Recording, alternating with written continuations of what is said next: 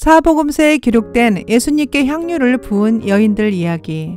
여인이 예수께 향유를 붓는 사건은 사복음서에 다 기록되어 있는데 아마도 예수님의 고난과 연관되어 있기도 하고, 무엇보다 예수님께서 온 천하에 어디서든지 이 복음이 전파되는 곳에서는 이 여자가 행한 일도 말하여 그를 기억하리라 말씀하셔서 그랬는지 사복음서 저자들은 모두 다 향유 붓는 사건을 중요하게 생각하고 기록했던 것 같습니다. 사복음서에 나온 향유 사건 내용들을 보면 비슷한 부분도 있고 상이한 부분도 있고 각기 조금씩 다르게 기록되어 있습니다. 그러다 보니 예수님께 향유를 붓는 여인이 몇 명이었는지 정확하게 알 수는 없고 단정하기도 어렵고 향유에 대한 다양한 설이 있을 수밖에 없는 것 같습니다. 향유 사건에서 가장 특징적인 것은 마태, 마가, 요한복음에는 향유 사건이 일어난 지역이 베다니로 기록되어 있지만 누가복음서의 향유 사건은 지역이 기록되어 있지 않고 누가복음 7장의 말씀을 통해 아마 가버나움인 것 같습니다.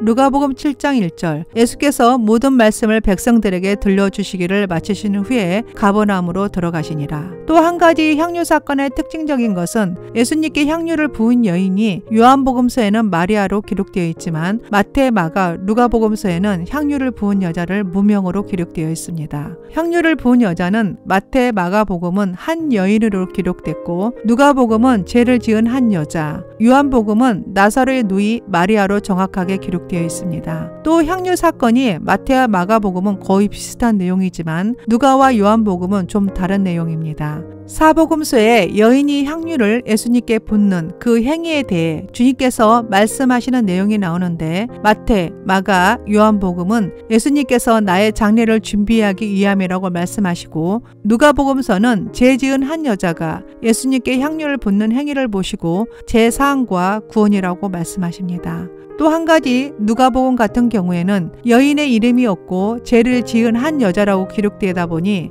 혹시 막달라 마리아는 아닐까 실제적으로 그렇게 생각하는 분들이 많이 있습니다.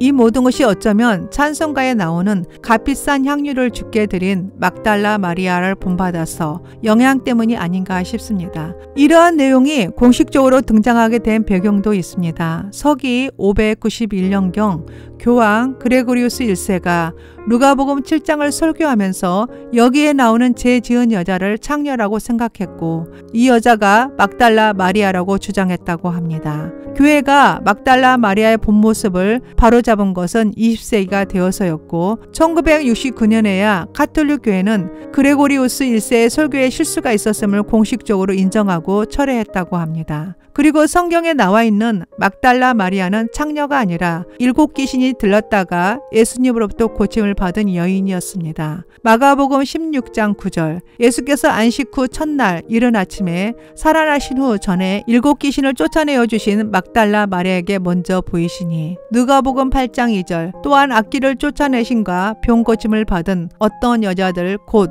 7귀신이 나간 자 막달라인이라 하는 마리아와 막달라 마리아라고 이름을 부르게 된 것은 막달라는 출신인 마리아였기 때문입니다. 그는 갈릴리 호수 서쪽 항구인 디베라에서 북서쪽으로 5km 떨어진 막달라라는 동네에 살았습니다. 막달라 마리아는 7귀신이 들렸다가 예수님께 치유받고 예수님을 항상 따른 자였고 예수님의 복음 사역을 위해 물질로 섬겼던 여인이었습니다. 그리고 예수님의 십자가 현장에 있었으며 무덤에 제일 먼저 달려와 부활하신 주님을 제일 먼저 본 부활의 증인이었습니다. 그래서 막달라 마리아가 예수님께 향유를 부은 여자라는 주장은 가능성이 거의 희박하기는 하지만 그렇다고 정확하게 누구라고 말할 수도 없습니다. 그냥 추측만 할 뿐입니다. 그럼 사복음서에 나와 있는 예수님께 향유를 부은 여자들에 대해 성경에 나와 있는 그대로 자세히 알아보겠습니다. 향유 사건이 일어난 순서는 첫 번째가 누가복음, 예수님의 활동 초기로 추정되고 두 번째가 요한복음, 6월절 6일 전, 세 번째가 마태, 마가복음 6월절 2일 전입니다. 그럼 일어난 시기별로 말씀드리겠습니다. 먼저 첫 번째는 누가복음 7장 37절에서 50절에 나와 있는 향유 부은 여자의 이야기입니다. 당시 시기는 예수님의 활동 초기에 일어난 때입니다. 장소는 바리새인 시몬의 집입니다. 누가복음 7장 36절 한 바리새인이 예수께 자기와 함께 잡수시기를 청하니 이에 바리새인의 집에 들어가 앉으셨을 때 향유를 부은 여인은 그 동네에 죄를 지은 한 여자였습니다. 성경에는 이 여자가 어떤 종류의 죄를 범하여 죄인이라 부르게 되었는지는 전혀 언급이 없음을 참고하시기 바랍니다. 누가복음 7장 37절 그 동네에 죄를 지은 한 여자가 있어 예수께서 바리새인의 집에 앉아 계심을 알고 향유 담은 옥합을 가지고 와서 예수님께 부은 향유는 향유, 감람유가 든 옥합입니다. 향유를 예수님 몸 어디에 부었느냐면 예수님 발에 입맞추고 향유를 부었습니다. 누가복음 7장 38절 예수의 뒤로 그 발 곁에 서서 울며 눈물로 그 발을 적시고 자기 머리털로 닦고 그 발에 입맞추고 향유를 부으니 아마도 이 여자는 예수님을 인격적으로 만나고 보니 자신이 과거에 지은 죄에 대한 억제할 수 없는 회개의 눈물과 주님을 만나 벅찬 감격으로 사랑과 감사의 마음을 담아 겸손히 예수님께 자신이 표현할 수 있는 최대의 경의를 나타낸 것 같습니다. 이를 보고 불평했던 자는 집주인 바리새인 시몬입니다. 누가복음 7장 39절 예수를 청한 바리새인이 그것을 보고 마음에 이르되 이 사람이 만일 선지자라면 자기를 만지는 이 여자가 누구며 어떠한 자 곧 죄인 줄을 알았으리라 하거늘.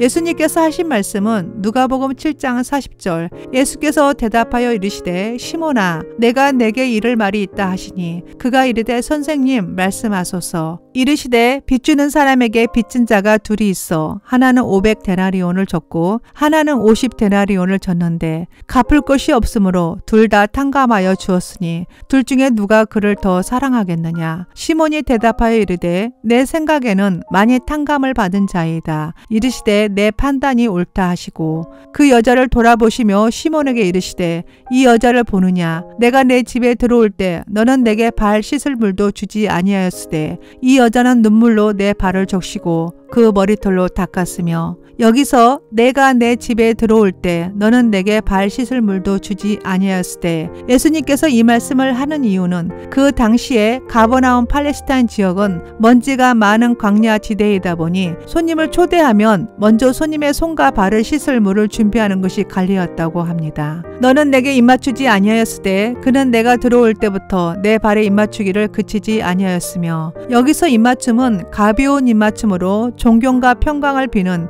인사법이라고 합니다. 너는 내 머리에 감람유도 붓지 아니었으되 그는 향유를 내 발에 부었느니라. 당시에 머리에 기름을 붓는 까닭은 뜨거운 날씨로 인해 더워진 머리를 식혀주기 위함인데 손님에게만 특별한 것이 아니라 일상적으로 행해진 것이고 보통 비싸지 않는 감람유를 사용했다고 합니다. 예수님께 향유를 부은 이유는 무명의 죄를 지은 한 여자의 행동은 예수님에 대한 무한한 존경심과 감사와 사랑이 듬뿍 담겨있는 행위였습니다. 예수님께서는 이 여자를 죄의 사함을 받을 것이라고 말씀하십니다. 누가복음 7장 47절 이러므로 내가 내게 말하노니 그의 많은 죄가 사하여 줬도다. 이는 그의 사랑함이 많음이라. 사함을 받은 일이 적은 자는 적게 사랑하느니라. 이에 여자에게 이르시되 내 죄 사함을 받았으니라 하시니 함께 앉아있는 자들이 속으로 말하되 이가 누구이기에 죄도 사하는가 하더라. 예수께서 여자에게 이르시되 내 믿음이 너를 구원하였으니 평안히 가라 하시니라. 두 번째는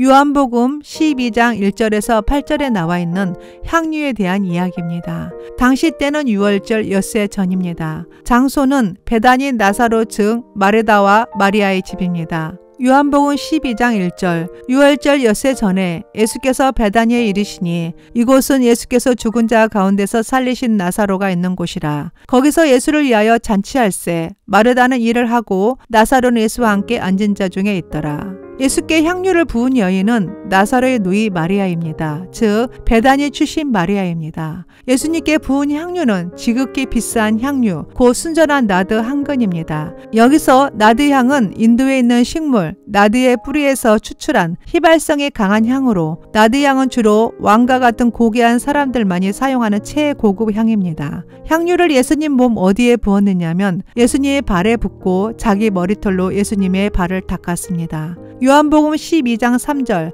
마리아는 지극히 비싼 향유 곧 순전한 나드 한 근을 가져다가 예수의 발에 붓고 자기 머리털로 그의 발을 닦으니 향유 냄새가 집에 가득하더라. 이를 보고 불평했던 자는 가룟 유다였습니다. 요한복음 12장 4절 제자 중 하나로서 예수를 잡아줄 가룟 유다가 말하되 이 향유를 어찌하여 300데나리온에 팔아 가난한 자들에게 주지 아니하였느냐 하니 이렇게 말함은 가난한 자들을 생각함이 아니요 그는 도둑이라 돈깨를 맞고 거기 넣는 것을 훔쳐가밀어라. 향유를 부은 이유는 마리아는 예수님의 죽음을 이해하고 향유를 예수님께 부어 자기의 소중한 것을 드림으로 감사함의 행함을 보입니다. 예수님이 이를 보시고 나의 장례할 날을 위함이라고 말씀하십니다. 요한복음 12장 7절 예수께서 이르시되 그를 가만두어 나의 장례할 날을 위하여 그것을 간직하게 하라. 예수님께서 하신 말씀은 가난한 자들은 항상 너희와 함께 있거니와 나는 항상 있지 아니하리라 하시니라.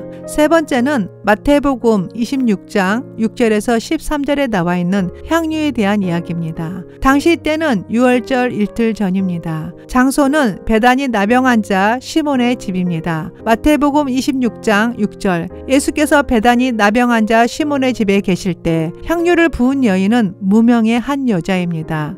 부은 향유는 귀한 향유 한 옥합입니다. 향유를 예수님 몸 어디에 부었느냐면 귀한 향유 한 옥합을 가지고 식사하시는 예수님의 머리에 부었습니다. 마태복음 26장 7절 한 여자가 매우 귀한 향유 한 옥합을 가지고 나와서 식사하시는 예수의 머리에 부으니 이를 보고 불평했던 자는 제자들입니다. 마태복음 26장 8절 제자들이 보고 분개하여 이르되 무슨 의도로 이것을 허비하느냐 이것을 비싼 값에 팔아 가난한 자들에게 줄 수 있었겠도다 하거늘 그 예수님께서 하신 말씀은 예수께서 아시고 그들에게 이르시되 너희가 어찌하여 이 여자를 괴롭게 하느냐 그가 내게 좋은 일을 하였느니라. 가난한 자들은 항상 너희와 함께 있거니와 나는 항상 함께 있지 아니하리라. 향유를 부은 이유는 나의 장례를 위함이라고 예수님께서 말씀하십니다. 마태복음 26장 12절 이 여자가 내 몸에 이 향유를 부은 것은 내 장례를 위하여 함이니라. 내가 진실로 너에게 이르노니 온 천하에 어디서든지 이 복음이 전파되는 곳에서는 이 여자가 행한 일도 말하여 그를 기억하리라 하시니라. 향유를 붓는 사건이 나오고 그 뒤에 이어지는 사건은 가룟 유다가 예수님을 넘겨주기 위해 대제사장들에게 갑니다. 마태복음 26장 14절 그때 12 중에 하나인 가룟 유다라 하는 자가 대제사장들에게 가서 말하되 내가 예수를 너에게 넘겨주리니 얼마나 주려느냐 하니 그들이 은 30을 달아 주거늘 그가 그때부터 예수를 넘겨줄 기회를 찾더라.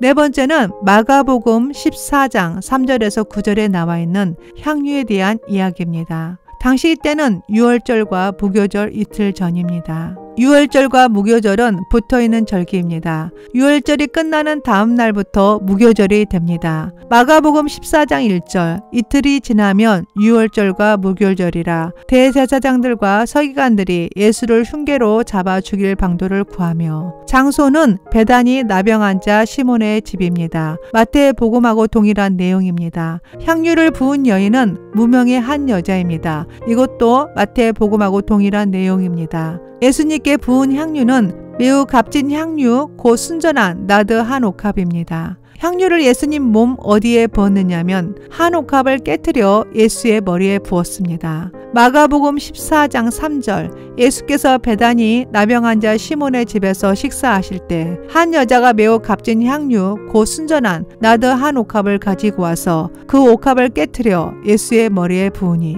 이를 보고 불평했던 자는 어떤 사람들입니다. 마가복음 14장 4절 어떤 사람들이 화를 내어 서로 말하되 어찌하여 이 향유를 허비하는가 이 향유를 300데나리온 이상에 팔아 가난한 자들에게 줄 수 있었겠도다 하며 그 여자를 책망하는지라. 예수님께서 하신 말씀은 예수께서 이르시되 가만두라 너희가 어찌하여 그를 괴롭게 하느냐 그가 내게 좋은 일을 하였느니라. 가난한 자들은 항상 너희와 함께 있으니 아무 때라도 원하는 대로 도울 수 있거니와 나는 너희와 항상 함께 있지 아니하리라. 향유를 부은 이유에 대해서는 예수님의 장례를 미리 준비하는 것이라고 예수님께서 직접 말씀하십니다. 마가복음 14장 8절 그는 힘을 다하여 내 몸에 향유를 부어 내 장례를 미리 준비하였느니라. 내가 진실로 너희에게 이르노니 온 천하에 어디서든지 복음이 전파되는 곳에는 이 여자가 행한 일도 말하여 그를 기억하리라 하시니라. 아멘.